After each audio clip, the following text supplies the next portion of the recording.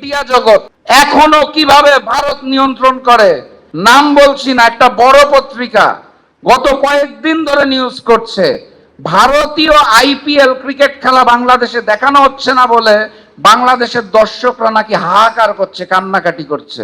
এটা নিয়ে series report চলছে, কি চমৎকার। আর আরেক জায়গায় দেখলাম একটা প্রতিবেদন দেওয়া হয়েছে, একটা ভিডিও বানানো হয়েছে তাদের মাল্টিমিডিয়ার জন্য।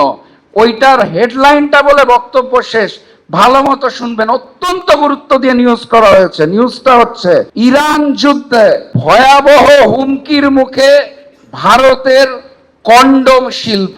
এটা নিয়ে নিউজও হয়েছে, 5 মিনিটের ভিডিও হয়েছে। এই হচ্ছে আমার দেশের নির্লজ্জ, ভারতের কাছে বিক্রি হয়ে যাওয়া মিডিয়ার চরিত্র।